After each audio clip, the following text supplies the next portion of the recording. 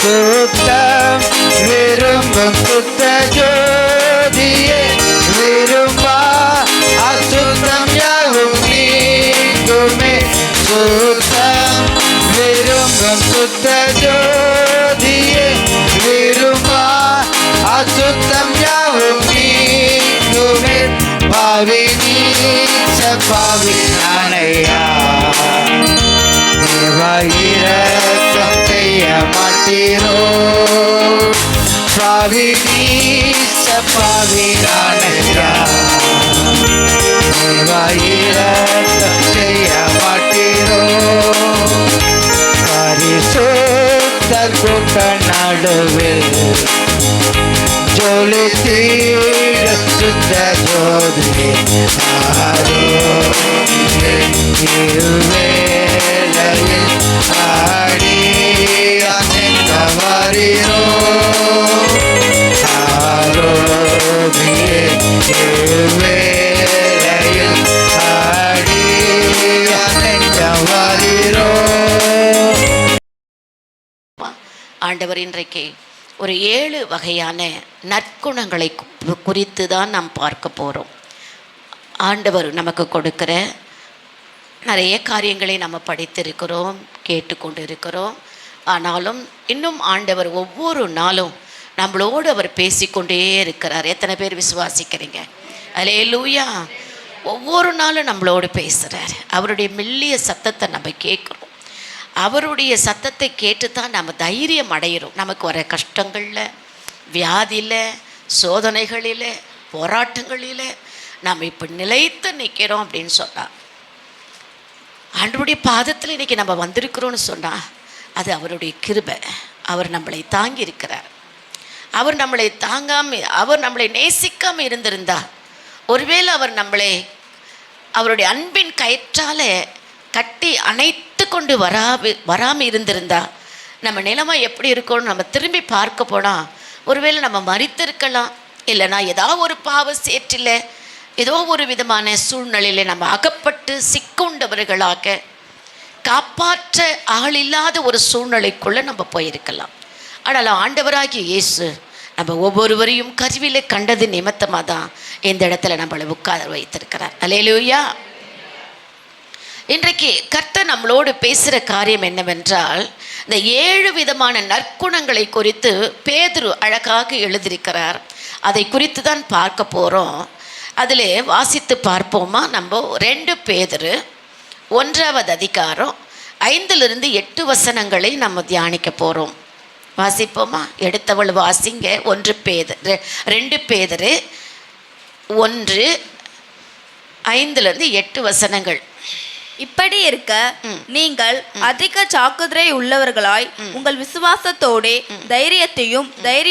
தைரியத்தோடே ஞானத்தையும், ஞானத்தோடே இச்சையடக்கத்தையும், இச்சையடக்கத்தோடே பொறுமையோட தேவ பக்தியோட சகோதர சிநேகிதத்தோட அன்பையும் கூட்டி வழங்குங்கள்.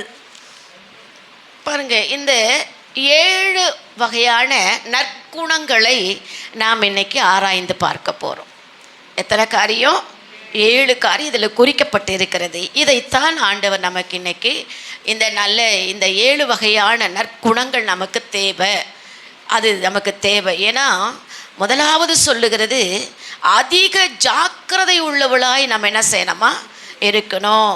இந்த ஜாக்கிரதை உள்ள என்ற வார்த்தை என்றாவே கிறிஸ்து நம்முடைய வளர்ச்சிக்கு ரொம்ப நம்ம என்ன செய்யணும், கிறிஸ்துவினுடைய ஆவிக்குரிய வளர்ச்சிக்கு நம்ம ரொம்ப ஜாக்கிரதை உள்ளவளாக இருக்கணும். கொஞ்சம் சரிஞ்சாவே நம்முடைய விசுவாச வாழ்க்கையிலிருந்து நம்ம விலகி போயிடுவோம். ஏன்னா ரட்சிப்பு என்பது நமக்கு எளிதாக கிடைக்கல. எளிதாக கிடைச்சிச்சா உங்களுக்கு இந்த ரட்சிப்பு? ரொம்ப ஈஸியாக இதுக்குள்ளே வந்துட்டிங்களா? நான் ரொம்ப ஈஸியாக இதுக்குள்ளே வந்தேன்னு சொல்கிறோங்க யாராக இருக்கீங்களாம்மா? யாருமே வர முடியாது. எல்லாரும் நம்ம என்ன பண்ணுவோம், தூரம் இருந்தோம் ஆண்டவர்கிட்ட. அவர்கிட்ட ஒருவேளை யாராச்சும் ஆண்டவரை பற்றி சொன்னால் கூட நம்ம என்ன பண்ணியிருப்போம், விலகி விலகி ஓடி இருப்போம். வேண்டாம், இந்த ஏசி எங்களுக்கு வேண்டாம், எங்களுடைய பழக்க வழக்கத்திலேயே நாங்கள் இருக்கிறோம் அப்படின்ற ஒரு சூழ்நிலைக்குள்ளே தான் நம்ம எல்லாருமே இருந்தோம். ஆனால் இந்த ரட்சிப்பை ஆண்டவராகிய இயேசு நமக்கு இலவசமாக கொடுத்திருக்கிறார். இலவசமாக நம்மளுக்கு கொடுத்தார். நம்மளை தேடி வந்த தெய்வம் அவர் தான். அல்லேலூயா. நம்மளை தேடி வந்த தெய்வம் அவரை மாதிரி யாருமே கிடையாது. நம்மளை தேடி யாரும் வரல. இயேசு ஒருவர் மட்டும்தான். நம்ம போக போக, நம்ம பின்னோக்கி போக போக அவர் தேடி வார்த்தையினால, பாடல் வரிகளினால, அநேகருடைய ஜெபத்தினால தான் இந்த விலையேறப்பட்ட ரட்சிப்பை நாம் என்ன செஞ்சிருக்கிறோம்? சுதந்தரித்திருக்கிறோம். அதனால தான் சொல்கிறாரு, நீங்கள் அதிக இந்த ரட்சிப்பை சுதந்தரித்த ஒவ்வொரு மனிதர்களும், ஒவ்வொரு விசுவாசிகளும் அதிக ஜாக்கிரதை உள்ளவர்களாக கிறிஸ்துவினுடைய வளர்ச்சியிலே நாம் எப்படி இருக்க வேண்டுமா? ஜாக்கிரதையாக இருக்கணுமா.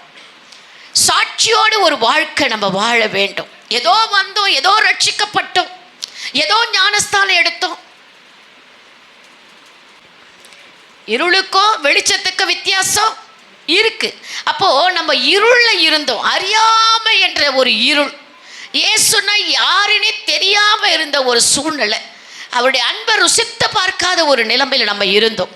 கர்த்தர் அந்த சூழ்நிலையிலிருந்து நம்மளுக்கு என்ன செஞ்சிருக்கிறாரு? அந்த ரட்சிப்பை கொடுத்திருக்கிறார். ஒவ்வொரு ஆத்மாவுக்காக பாரத்தோடு நம்ம ஜெபிக்கிறோம். அந்த ஜெபந்தான் இந்த கிருபையை நமக்கு என்ன செஞ்சிருக்குது? கொடுத்துருக்குது. இந்த விலையேறப்பெற்ற ரட்சிப்பை எப்படி நம்ம கடைப்பிடிக்கணுமா? அதிக ஜாக்கிரதையோடு கடைப்பிடிக்கணும். சொல்வாங்க இல்லையா, இந்த உலகத்தில் வாழ்கிற நாட்களில் நம்ம நல்ல பெயர் எடுக்கணும்னு சொன்னால் நம்ம சாகுற வரையில் எப்படி இருக்கணும்? எப்படி இருக்கணும்? ஜாக்கிரதையாக இருந்தால் தான் நம்ம நல்ல பேர் என்ன செய்ய முடியும்? வாங்க முடியும். கெட்ட பேர் எடுக்கணும்னா எவ்வளோ நாள் ஆகும்? எவ்வளோ நாள் ஆகும்? அதுக்கு நாளெல்லாம் கிடையவே கிடையாது. ஒரே செகண்டு தான். ஒரு செகண்ட் நான் அநேகரால் தூஷிக்கப்படுகிற ஒரு சூழ்நிலைக்குள்ளே நம்ம போயிடுவோம் இல்லையா? ஆனால் அதனால தான் பேதுரு அழகாக சொல்கிறாரு, முதலாவது நீங்கள் ஜாக்கிரதை உள்ளவளாக இருங்க. இந்த வார்த்தை கிறிஸ்து நம்மிலே அவருடைய வளர்ச்சி, ஆவிக்குரிய வளர்ச்சிக்கு நம்ம எப்படி இருக்கணும்? ஜாக்கிரதையாக இருக்கணும். எந்த சூழ்நிலையாக இருந்தாலும் சரி, எப்பேற்பட்ட சூழ்நிலை நம்மளை பாருங்க, நிறைய நேரங்களில் ஆண்டவர்கிட்ட நெருங்கி வரும்பொழுது நம்மளுக்கு பாடுகள்லாம் வரலாம் இல்லையா? வரும் இல்லை, சோதனைகள் வரும் இல்லை. அப்படி வருகிற வேளையில் தான் நம்ம ஜாக்கிரதையாக இருக்கணும்னு சொல்கிறாரு. அதுக்கு பவுல் ஒரு காரியத்தை சொல்வார் பாருங்க. பிலிப்பியல் எடுத்து வாசித்து பார்ப்போமா? இதை வாசித்து அதுக்கப்புறம் இந்த நற்குணங்களை நாம் தியானிப்போம். பிலிப்பியர் 2வது அதிகாரம் 12-13 வசனத்தை வாசிப்போமா? ஆதலால் எனக்கு பிரியமானவர்களே, நீங்கள் எப்பொழுதும் கீழ்ப்படுகிறபடியே நான் உங்களுக்கு சமீபமாய் இருக்கும் பொழுது மாத்திரமல்ல நான் தூரமாய் இருக்கும் பொழுதும் இப்பொழுதும் அதிக பயத்தோடும் நடுக்கத்தோடும் உங்கள் ரட்சிப்பை நிறைவேற பிரயாசப்படுங்கள். அப்போஸ்தலனாகிய பவுல் நமக்கு ஆலோசனை கொடுக்கிறார். எப்படி நம்ம பிரயாசப்படணுமா? நான் உங்களுக்கு எப்படி இருக்கிறேன்? சமீபமாக இருக்குது போல். சமீபமாக இருக்கும் பொழுது மாத்திரமல்ல, நான் உங்ககிட்ட இருக்கிற, ஏசப்பா உங்ககிட்ட இருக்கிற. நம்ம நினைப்போம் சர்ச்சில் வந்தால் தான் எப்படி இருக்கணும்? பரிசுத்தமாக இருக்கணும். சர்ச்சை விட்டு வீட்டுக்கு போனால், வேலை ஸ்தலத்தில் போனால் நம்ம அந்த பரிசுத்தத்தை காத்து கொள்ள வேண்டும்.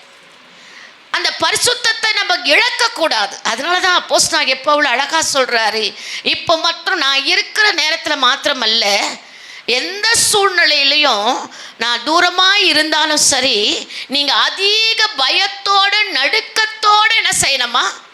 பரிசுத்தத்தை காத்துக்கொள்ள, இந்த ரட்சிப்பை காத்துக்கொள்ள பிரயாசப்படுங்கள். சாதாரணமாக இந்த ரட்சிப்பை நாம் பெற்றுக்கொள்ளல. இதுக்குள்ள வர்றதுக்காக ஒருவேளை நிறைய பேர் பிரயாசப்பட்டிருப்பாங்க, ஜெபித்திருப்பாங்க, நிறைய ஆலோசனைகளை கொடுத்திருப்பாங்க. ஆனால் நம்ம ஈஸியாக இந்த ரட்சிப்பை என்ன செய்கிறோம்? உதாசனப்படுத்துகிறோம். அதில் 13வது வசனம் சொல்லுகிறது, வாசித்து பாருங்களேன். ஏனெனில் தேவனே தம்முடைய தயவுள்ள சித்தத்தின்படி விருப்பத்தையும் செய்கையும் உங்களில் உண்டாக்குறவராய் இருக்கிறார். ஏன் அவர் இந்த ரட்சிப்பை உங்களுக்கு கொடுத்தார்? இந்த உலகத்துல எத்தனையோ கோடி மக்கள் இருக்கையிலே அநேகருக்கு எல்லாருக்கும் இயேசு நல்லவர் தான், நமக்கு மட்டும் இல்லை. நம்ம ஆண்டவரை அறியாது இருக்கிற எல்லாருக்காகத்தான் அவர் என்ன பண்ணார்? பாடுபட்டார், மரித்தார், அடக்கம் பண்ணப்பட்டு 3ஆம் நாள் உயிரோடத்தான் எழுந்தார். நமக்கு மட்டுமா? கிறிஸ்தவளுக்கு மட்டுமா? இல்லவே இல்லை.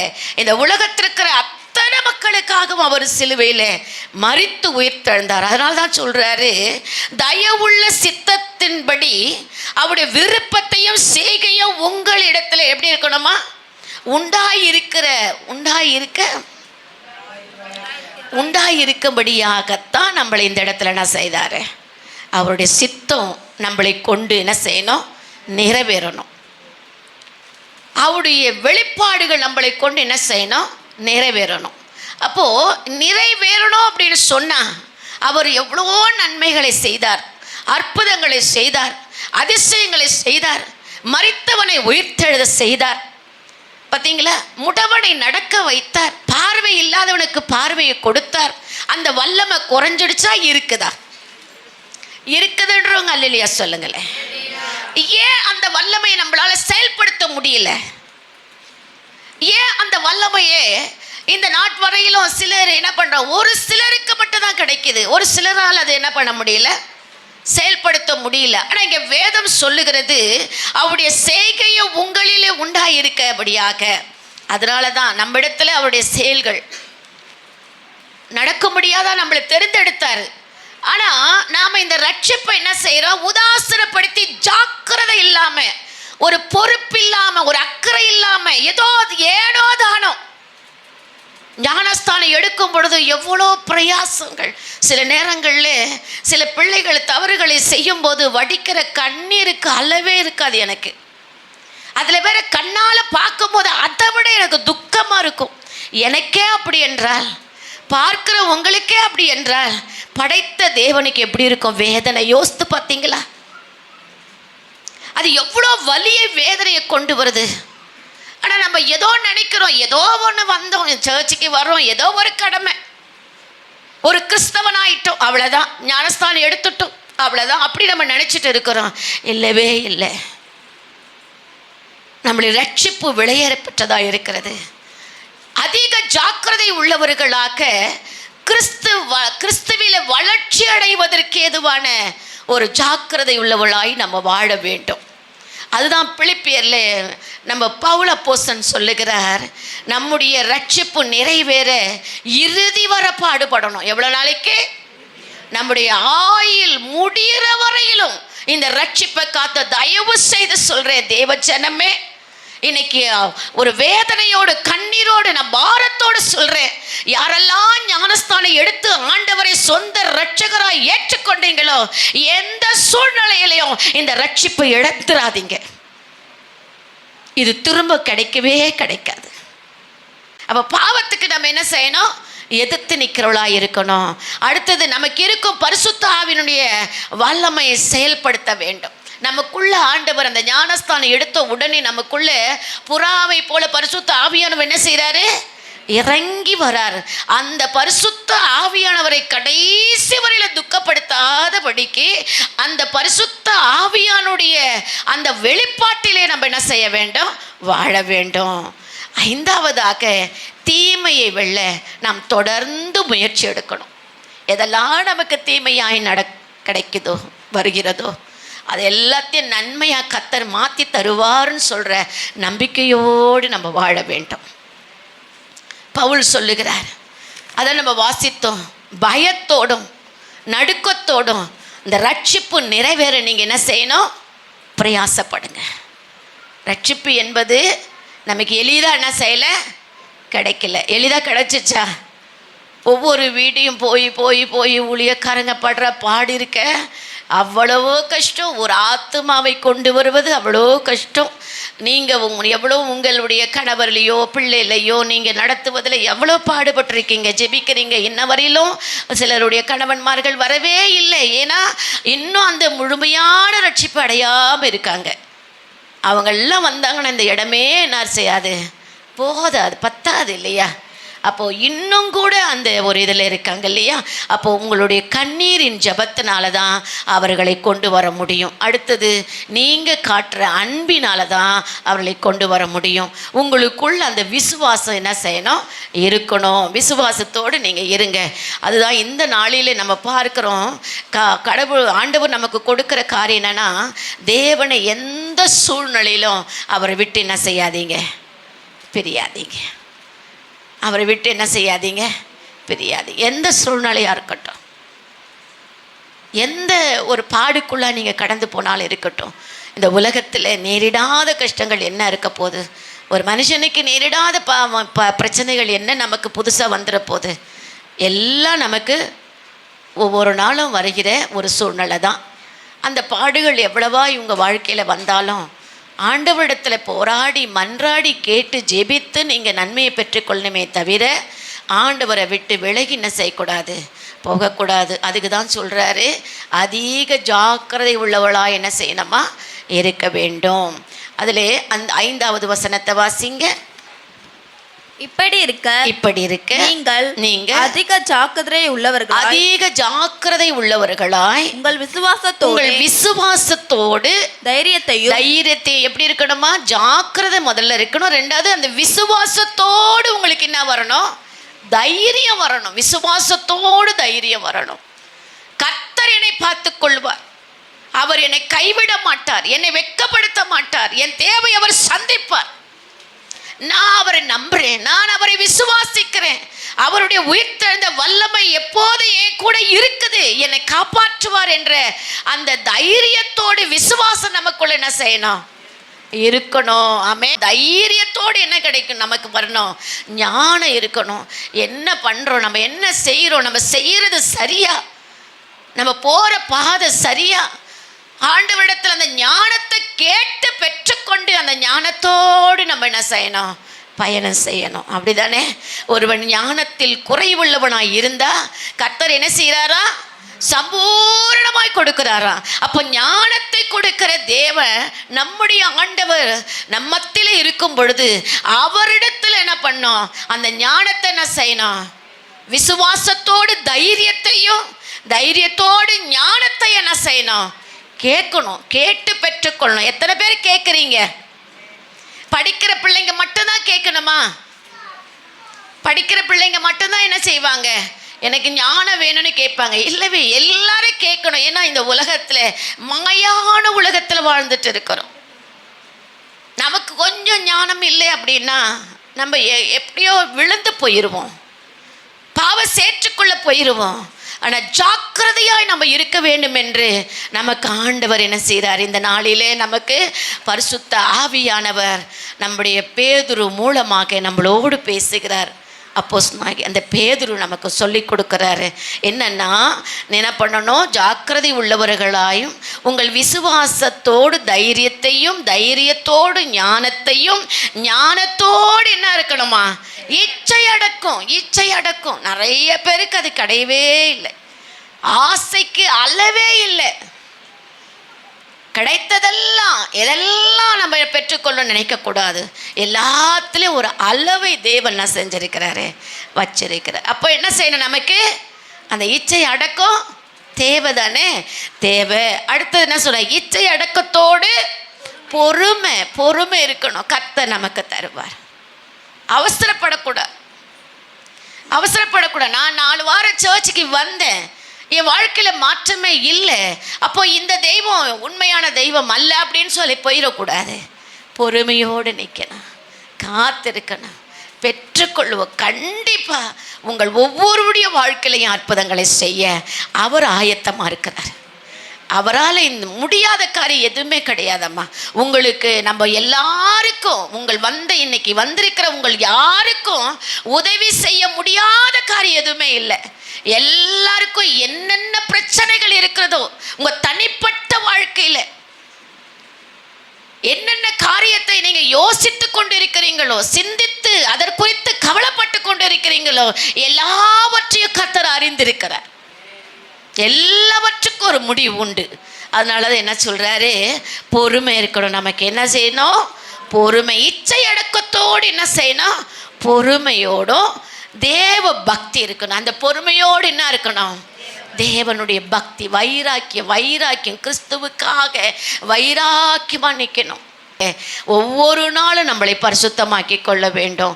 பொறுமையோடு தேவ பக்தியோடு கூட என்ன இருக்கணுமா?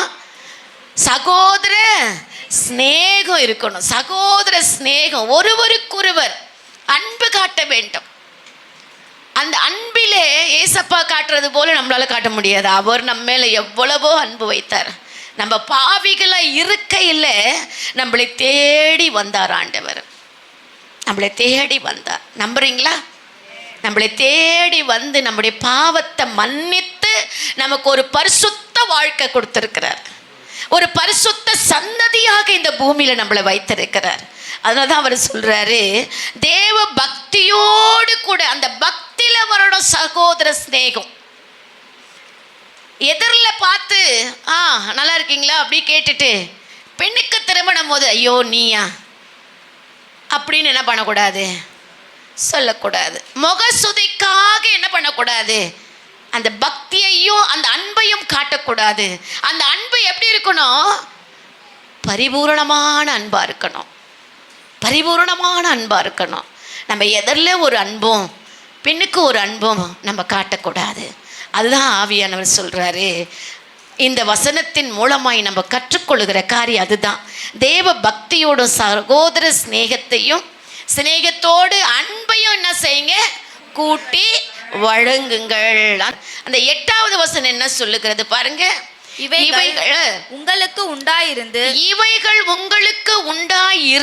பெருகினால் உங்களை நம்முடைய கர்த்தராகிய இயேசு கிறிஸ்துவை அறிகிற அறிவிலே வீணரும் கனியற்றவர்களுமாய் இருக்க ஒட்டாது. இந்த 7 விதமான நற்குணங்கள் நமக்கு இருக்கும்போது நீங்க கனி கொடுக்கிறவளா இருக்கிறீங்களே தவிர கனி இல்லாதவளா இருக்க முடியாது. எதற்காக? ஆண்டவருக்காக. ஆண்டவருடைய பிள்ளைகள். ஏன் நம்ம இந்த காரியத்தை கடைபிடிக்க வேண்டும்? ஏன் ஜாக்கிரதை உள்ளவளா இருக்க வேண்டும்? இந்த ரட்சிப்பு என்பது அநேகர் ஆசைப்படுறாங்க, கிடைக்கல. அநேகர் ஆலயத்துக்கு வரணும்னு நினைக்கிறாங்க, வர முடியல. வருகிற வேளையில ஏதோ ஒரு சூழ்நிலையில அவர்களால வர முடியாம இருந்து நடக்க முடியாம இருக்கலாம். பலவிதமான தடைகள் இருக்கலாம். குடும்ப சொந்த பந்தத்தினால தடைகள் இருக்கலாம். ஆனா நம்மள அவ்வளவு அழகாய் நம்மளை கொண்டு வந்து அந்த ஆலயத்துல உட்கார வைத்து அழகுபடுத்தி ஆசீர்வதித்த ஆண்டவருடைய நாமத்தினால இந்த ரட்சிப்பை நம்ம என்ன செய்யக்கூடாது? இழக்கவே கூடாது. வாழ்வோ சாவோ ஏதோ எல்லாம் வந்துட்டு எது ஒன்னாலும் வரட்டுமே. இந்த ரட்சிப்புக்கு ஈடாக நம்ம என்னத்தை செலுத்த முடியும்? இந்த பூமியில எத்தனை பாடுகள் வழியாய் நம்ம போனாலும் இந்த ரட்சிப்பு நம்மளுக்கு எவ்வளோ விலையேற பெற்றதாக இருக்கிறது. இதை நம்ம இழக்கவே கூடாது. ஒரு நாள் இழக்கக்கூடாது. இதை காத்து கொள்ள வேண்டும். 10வது வசனத்துல சொல்றாரு பாருங்க. அதே அதிகாரம் 10. ஆகையால் சகோதரரே உங்கள் அழைப்பையும் தெரிந்து கொள்ளுதலையும் உறுதியாக்கும்படி ஜாக்கிரதையாயிருங்கள். ஹல்லேலூயா. உங்களை அழைத்தவர் உண்மை உள்ளவர். தாயின் கருவிலே கண்டது மாத்திரமல்ல, அப்படியே உங்களை விடல.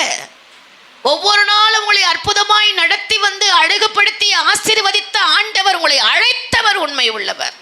இடறி விடவே மாட்டீங்க. எவ்வளவு பாடுகள் வரட்டுமே, நிந்தைகள், அவமானங்கள், கேலி, கிண்டலு, பரியாசம், ஐயோ பைபிளை தூக்கிட்டு போறாங்க, இவங்க எல்லாம் என்ன ஆயிடுச்சு அப்படின்னு நிறைய பேர் நம்மளை ஏளனமா பேசுவாங்க.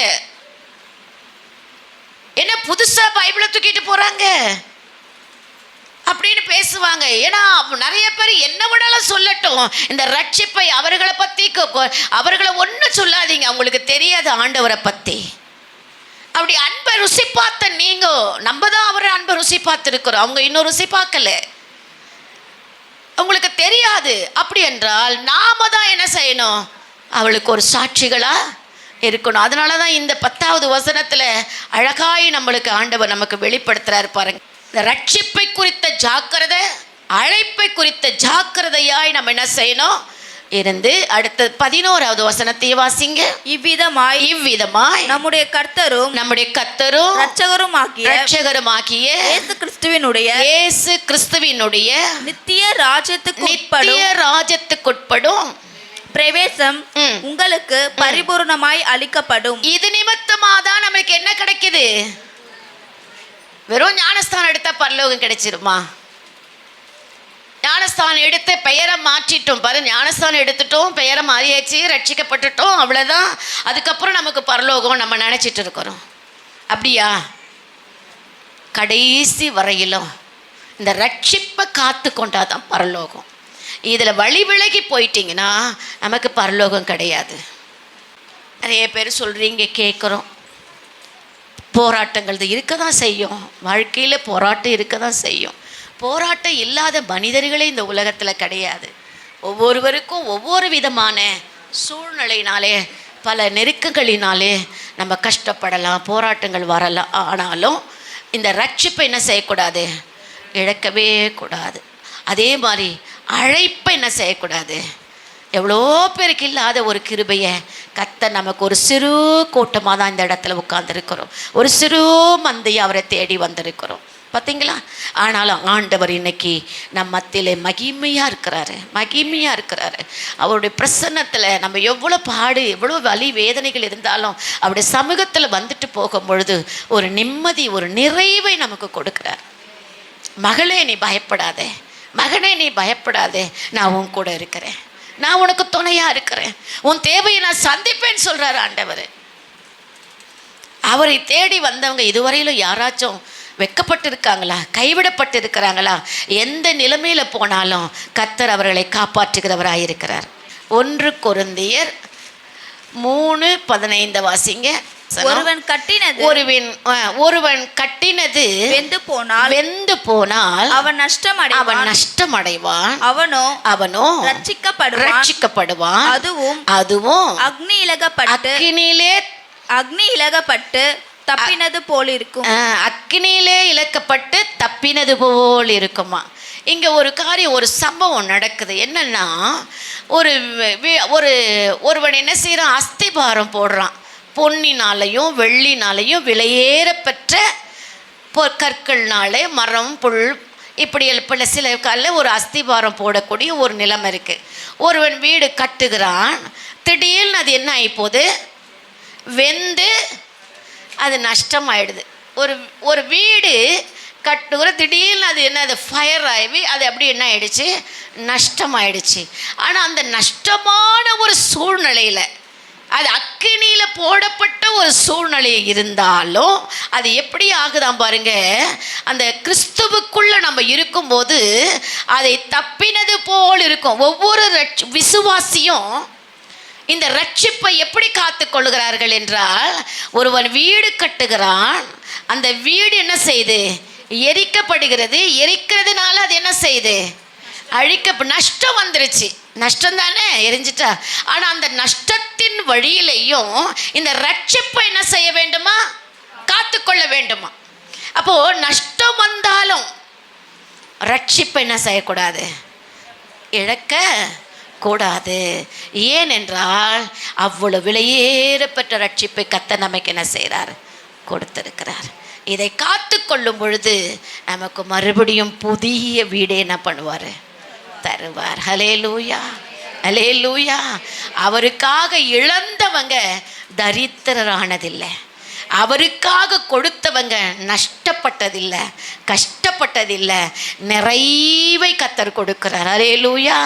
கொடுத்தவர்களும் உழைத்தவர்களும் ஜெபித்தவர்களும் எல்லாத்துக்கும் ஆண்டவர் பதில் கொடுத்து கொண்டே இருக்கிறார். ஹல்லேலூயா.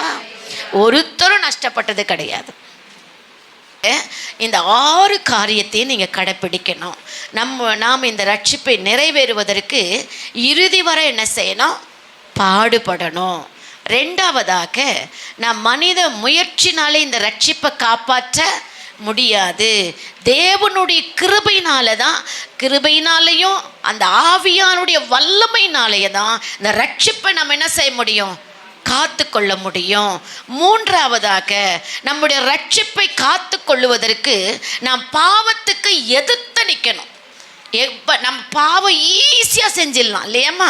நான் தான் சொன்னேனே, ஒரு நல்ல பெயர் வாங்கணும்னா ரொம்ப கஷ்டம்தான். கடைசி வரையிலும் இருக்கணும், அந்த பரிசுத்தத்தை காத்துக்கொள்ளணும். ஒரு தவறு செஞ்சுட்டா உடனே பாவம் ஈஸியாக என்ன பண்ணிடுறோம், ஒரு செகண்டில் செஞ்சிடலாம். அதனால தான் பாவத்துக்கு நம்ம எதிர்த்து என்ன செய்ய வேண்டும்?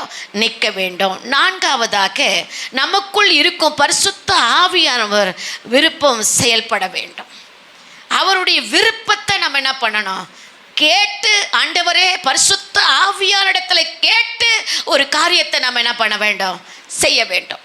இது செய்யலாமா, இது செய்யக்கூடாதா, இது உனக்கு பிரியமான்னு சொல்லி கேட்டு நாம் என்ன செய்ய வேண்டும்? இந்த காரியத்தை செய்யும் பொழுது இந்த ரட்சிப்பை காத்துக்கொள்ள முடியும். அதே மாதிரி தீமையை வெல்ல நாம் தொடர்ந்து முயற்சி எடுக்கணும். தீமையான காரியம் நம்ம எங்கே போனாலும் எப்போ போனாலும், வீடுன்ற சரி, வெளியே போனாலும் சரி, நம்மளை பின்தொடர்ந்துக்கிட்டே வரும். இதுதான் சத்தியம், இதுதான் உண்மை. ஆண்டவரை தேடி முதலிடம் அவருக்கு கொடுங்க. மற்ற காரியங்களை அவர் பார்த்துக்கொள்வார். அது மாத்திரமல்ல, கடைசியாக ஒரு வசனத்தை வாசித்து முடிச்சிருவேம்மா. மத்திய சுவிசேஷம் 25வது அதிகாரம் 21வது வசனத்தை வாசிப்போம்மா. மத்திய சுவிசேஷம் 25, 21. அவனுடைய எஜமான் அவனை நோக்கி, நல்லது உத்தமமும் உண்மையுள்ள ஊழியக்காரனே, கொஞ்சத்திலே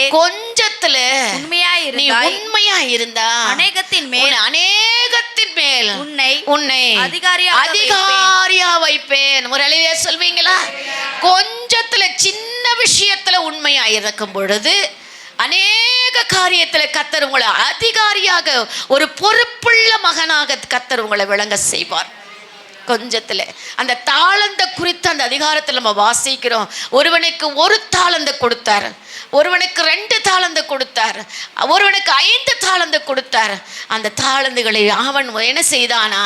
2 தாளந்து உள்ளவன் 4 ஆக்கினான், 5 தாளந்து உள்ளவன் 10 ஆக்கி ஆண்டவர்கிட்ட காட்டினான். ஆனால் 1 தாளந்தை வாங்கினவன் என்ன செய்கிறான்?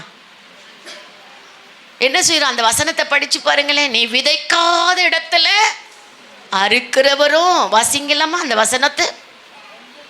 ஆண்டவனே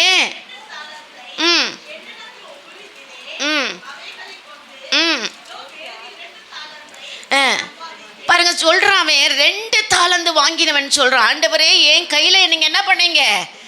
2 தாளந்து கொடுத்தீங்க. நான் அதை என்ன செய்தேன்? அதை நாளாய் ஒவ்வொருவருக்கும் 1 தாளந்து கொடுத்திருக்கிறார். ஒவ்வொருவருக்கும் ஒரு கிருபை, ஒரு வரங்கள் இருக்கிறது. எல்லாருக்குள்ள ஒரு கிருபை, ஒரு அறிவு, ஒரு ஞானத்தை உங்களை கொண்டு ஒரு காரியத்தை சபையில செய்வதற்காகத்தான் உங்களை அழைத்திருக்கிறார். ஒவ்வொரு கிருபை உங்களுக்கு கொடுத்திருக்கிறார். அதுல 2 தாளந்து உள்ளவன் 4 ஆக்கிட்டான். 5 தாளந்து உள்ளவனை பாருங்களேன். அந்த 24வது வசனத்தை வாசிங்க. 1 தாளந்தை வாங்கினவன் வந்து ஆண்டவனே விதைக்காத இடத்தில், பாத்தீங்களா? இந்த 1 தாளந்தை வாங்கினவே, 2 வாங்கினவே 4 ஆக்கிட்டான், 5 தாளந்தை வாங்கினவன் 10 ஆக்கிட்டான். அந்த 1 தாளந்தை வாங்கினவன் என்ன செய்யறான்? ஆண்டவரே, நீ விதைக்காத இடத்தில் அறுக்கிறவரும் தெளிக்காத இடத்துல சேர்க்கிறவருமான கடினமுள்ள மனுஷன் என்று நான் அறிவேன். பாத்தீங்களா? இப்படிதான் நிறைய பேர் சொல்றோம். இந்த ரட்சிப்புப்பா, இது ஆண்டவர் கொடுத்தது, உனக்கு இலவசமா கொடுத்த ரட்சிப்பு. இந்த ரட்சிப்பை நீ காத்துக்கொள்ளு. இதன் மூலமா தான் அவருடைய மகிமை உன்னிலே வெளிப்படும், அவருடைய அதிசயங்களும் அற்புதங்களும் உன் மூலமாய் வெளிப்படும் சொல்லித்தான் நம்மளை அழைத்திருக்கிறார். நீ ஜெபிக்கும் பொழுது, ஒரு வியாதிஸ்தனுக்கு நீ ஜெபிக்கும் பொழுது அற்புதம் நடக்கும் என்று உன்னை அழைத்திருக்கிறார். நீ ஒரு மனிதனுக்காக அந்த மனிதனுக்கு ஒரு நல்ல ஆலோசனை கொடுப்ப. உடைந்து நொறுங்கி போன மக்களுக்காக நீ ஜெபிக்கும் பொழுது அவருடைய இருதயம் ஒரு சமாதானத்துக்குள்ள வருவதற்காகத்தான் இந்த ரட்சிப்பை கொடுத்திருக்கிறார். ஆனால் அதை என்ன செய்யறோம்? சிலர் காப்பாத்துறாங்க. சிலரால் என்ன பண்ண முடியல, காப்பாற்ற முடியல, உதாசனப்படுத்துறோம். அப்போ அந்த ஒரு தாளந்து உள்ளவன் என்ன செய்யறான், ஆண்டவருக்கே என்ன செய்யறான், பதில் பேசுறான். என்ன பேசுறான், ஆண்டவரே நீ விதைக்காத இடத்துல அறுக்கிறவரும் தெளிக்காத இடத்துல சேர்க்கிறவரும். ஏன் அவருக்கு தெரியாதா? நீங்க நிறைய பேர் அப்படிதான் சொல்றோம். ரட்சிப்பு, ஆமா ஆண்டவரே, என்ன உலகத்துல செய்யாத பாவத்தை நான் செஞ்சிட்டேன், இப்படி நம்ம என்ன செய்யறோம், நியாயம் பேசுறோம். ஆனா ஆண்டவர் அதை சொல்லவே இல்லை நமக்கு. ரட்சிப்பை காத்துக்கொள்ளுங்க, உங்களுடைய விசுவாசத்தை காத்துக்கொள்ளுங்க, உங்களுடைய அழைப்பை காத்துக்கொள்ளுங்க. பாருங்க, அதிக ஜாக்கிரதை உள்ளவர்களாக உங்க விசுவாசத்தோடு எப்படி இருக்கணும், விசுவாசத்தோடு என்ன வரணும், உங்களுக்கு தைரியம் வரணும், தைரியத்தோடு ஞானம் வரணும், ஞானத்தோடு இச்சை அடக்கம் வேணும், அடுத்தது பொறுமை, அடுத்தது சகோதர ஸ்நேகம், அன்பு. இதெல்லாம் எப்படி இருக்கணும், நமக்கு நிலைத்திருந்தாதான் நம்ம கனி கொடுக்க முடியும். இதெல்லாம் இருந்தால் தான் நம்ம ரட்சிக்கப்பட்ட பிள்ளைங்க கடைசி வரையிலும் ஆண்டவருக்கு கனி கொடுத்து அவருடைய பிள்ளைகளாய் நம்ம நின்று ஒரு சாட்சியான செய்ய முடியும், வாழும். அதுதான் தேவன் நம்மிடத்தில் என்ன செய்கிறாரு, எதிர்பார்க்க. ஜெபிப்போமா. மகா இரக்கம் கிருபையும் நிறைந்த எங்கள் பரலோகத்தின் தகப்பனே, ஆண்டவரே அப்போஸ்தலனாகிய பவுல் சொன்னது போல ஆண்டவரே பேதுரு எழுதின அந்த காரியங்களை நாங்கள் பார்க்கும் பொழுது ராஜா, இந்த 7 விதமான நற்குணங்களை குறித்து நீர் எங்களோடு பேசினீர் சுவாமி. ஆண்டவரே நாங்கள் அதிக ஜாக்கிரதை உள்ளவர்களாக இந்த விசுவாசத்தை, இந்த ரட்சிப்பை நாங்கள் காத்துக்கொள்ள உங்களுடைய பிள்ளைகள் ஒவ்வொருவருக்கும் அனுக்கிரகம் செய்யும். ஞானஸ்தானம் எடுத்து உதாசனப்படுத்தியிருக்கலாம், பின்வாங்கி போயிருக்கலாம், உம்மை மறந்து எத்தனையோ ஜனங்கள் வாழ்ந்து கொண்டு இருக்கிறார்கள் ஐயா.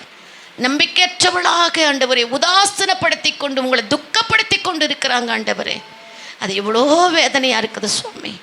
எங்களுக்கே அந்த வேதனைன்னா நீங்கள் அதை பார்க்கும்போது உங்களுக்கு எவ்வளோ வேதனை. நீங்கள் இன்னும் உங்களை நாங்கள் சிலுவையில் அறைகிறவளாய் தான் காணப்படுகிறோம் அப்பா. ஒரு விசையாக இனி வர காலங்களையாச்சும் இந்த இடத்துல அமர்ந்திருக்கிற, இங்கே அமர்ந்து இன்றைக்கு இந்த இடத்துல உட்கார்ந்திருக்கிற யாரோ இனி வரும் காலங்களிலே உங்களை தூஷிக்காத படிக்கும், வெட்கப்படுத்தாத படிக்கும் ஆண்டவரே உயிருள்ள நாள் வரையிலும் சாட்சிகளாய் வாழ அனுக்கிரகம் செய்யும். பரிசுத்தத்தை காத்து கொள்ளட்டும், விசுவாசத்தை காத்து கொள்ளட்டும், ரட்சிப்பை காத்து கொள்ளட்டும் ஆண்டவரே. இச்சை அடக்கத்தோடு வாழட்டும், உண்மையான அன்பு வெளிப்படட்டும். எங்கள் மக்களுக்கு அப்படிப்பட்டதான நற்குணங்களை கற்றுக் கொடுத்து ஆண்டவரே நீ நடத்துவீராக, ஒவ்வொருவரையும் நடத்துவீராக. வந்தவர்களை ஆசீர்வதித்து அனுப்பும். இந்த வார்த்தையை கேட்கிற ஒவ்வொருவரையும் ஆசீர்வதியும். அவர்கள் விசுவாசத்தில் நிலைத்திருக்க உதவி செய்யும். ரட்சிப்பை காத்துக்கொள்ள அனுக்கிரகம் செய்யும். ஆசீர்வதியும். தேவைகள் உண்டானால், தேவையோடு இருப்பார்களானால், என்ன பிரச்சனையாக இருந்தாலும் அடியாள் ஜெபிக்கிறேன் ஆண்டவரே, இயேசு என்னும் நாமத்தினால அவருடைய பிரச்சனைகள் எல்லாம் மறைந்து போகட்டும், அவருடைய தேவைகள் சந்திக்கப்படட்டும். அவர்களை ஆசீர்வதிப்பீராக ஆண்டவரே. உம்முடைய நாமம் அவர்களை மகிமைப்படுத்துவதாக. இந்த மாதம் முழுவதும் அற்புதமான காரியங்களை செய்யும். அவர்கள் கையிட்டு செய்கிற காரியங்களை ஆசீர்வதித்தருளும், வழி நடத்தும். இயேசுவின் நாமத்தினால் பிதாவே, ஆமேன். கர்த்தர் உங்களை ஆசீர்வதிப்பாராக. ஆமேன்.